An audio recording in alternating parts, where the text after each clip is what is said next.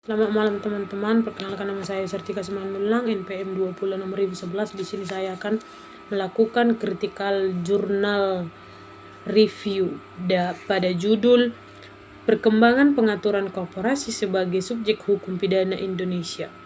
Jurnal tersebut adalah Jurnal Hukum Media Bakti Vol 3 nomor 2 Desember 2019 PP 118-127 ditulis oleh Harisutra Disamedi.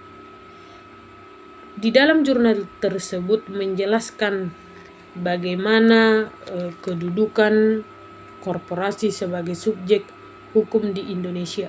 Menurut Utrecht, bahwa korporasi tersebut hanya diakui sebagai subjek hukum di luar KUHP.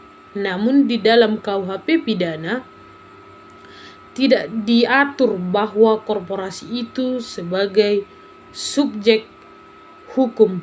Namun setelah diundangkannya Undang-Undang Nomor 1 Tahun 2023 yang berlaku nanti pada tahun 2026, di sana telah diatur dan diakui bahwa korporasi sebagai subjek hukum pidana.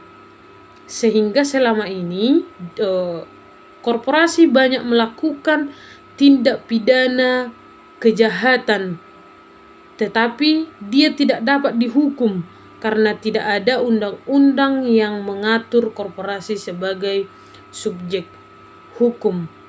Sehingga para penegak hukum, aparat penegak hukum, para akademis hukum memasukkan korporasi sebagai subjek hukum pada undang-undang terbaru KUHP pidana. Saya sangat menyarankan bagi kita semua untuk membaca jurnal tersebut karena di sana kita dapat mengetahui ternyata korporasi ini bisa sebagai subjek hukum pidana. Yang selama ini kita hanya mengetahui bahwa subjek hukum pidana itu hanya manusia dan perusahaan yang berbadan hukum.